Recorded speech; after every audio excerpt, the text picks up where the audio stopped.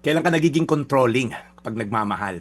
Bakit minsan mas gusto nating kontrolin yung taong mahal natin kaysa magtiwala? Whether romantic love yan or maaaring anak mo yan, di ba? Kinokontrol mo even yung kukuning kurso sa kolehiyo. Bakit minsan mas panatag tayo kapag hawak natin o tipong control natin yung tao? Now, the hard truth is control is rooted in fear while love is rooted in trust. Minsan sabihin natin, hindi, concern lang ako sa'yo. Ginagawa ko to kasi mahal kita. Maaaring totoo yon, pero minsan, di ba, yung ayoko mapahama ka lang. But let's be honest, hindi lahat po ng paghihigpit ay sinyalis ng pagmamahal. Sabi sa unang Korinto 13:7, ang pag-ibig ay matiisin, mapagtiwala, puno ng pag-asa, nagtiyatsaga hanggang wakas. Sa English po, love always protects, always trusts, always hopes, and always persevere. Ang tunay daw po na pag-ibig nagpoprotekta, hindi nagsasakal. Love always protect. Alam niyo po yung micromanaging, constant checking, emotional pressure do sa taong minamahal natin. Alam niyo po, kung ito ay paglikha ng ligtas na espasyo para lumago ang tao, baka po nami-misunderstood natin yung what true love is. Ang protection po, nagsasabi, nandito ako, may masasandalan ka at hindi kita iiwan. Yung control naman, dapat ganito ka. Bakit di ka sumusunod? Pag di mo ginawa yan, magagalit ako sa'yo. So, yun po ang problema sa control. Pangalawa po, ang control ay galing sa takot, out of fear. Ang pag-ibig po galing sa trust at tiwala. Kasi po, control is actually fear in disguise. Baka mawala yung tao, baka hindi na ako mahalin, baka, alam mo yon, marami tayong baka. Kaya kinokontrol natin, okay? Pero po, alam mo, nagiging resulta minsan, yung mga controlling na magulang, nagiging immature po yung anak.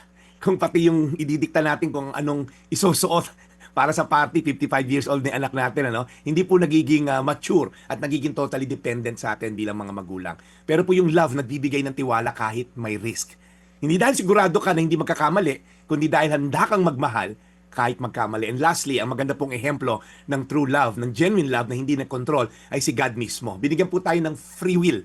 Ito po ang pinaka-powerful na gift at pinaka-beautiful na gift binigay sa atin. Sa Garden of Eden pa lang po, binigyan si Eva at Adan, ang dami ritong prutas, pero huwag niyong kainin yung dalawa na yon, yung tree of life and tree of knowledge of good and evil. Kumbaga, binigyan sila ng pagkakataong sumunod o tumanggi, magmahal o lumayo.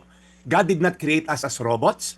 He created people with choices. Because He longs to have a genuine relationship with us. Kaya po, at the end of the day, genuine love must have a choice.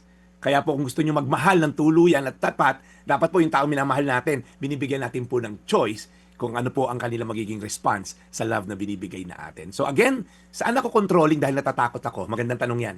Anong takot yung kailangan ko i-surrender kay Lord?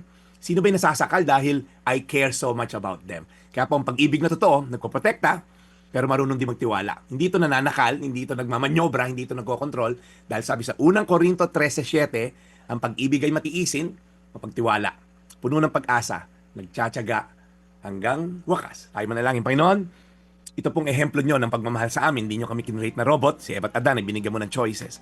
Bagamat tinabla ka, ngunit kayo nagpadala ng iyong anak na si Jesus upang bigyan kami ng pagkakataon, ma-redeem sa aming mga kasalanan. Kaya Panginoon, salamat po dahil ikaw ang ultimate example na you could have controlled us dahil ikaw nag-create sa amin, but you have given us a choice to love you or to reject you.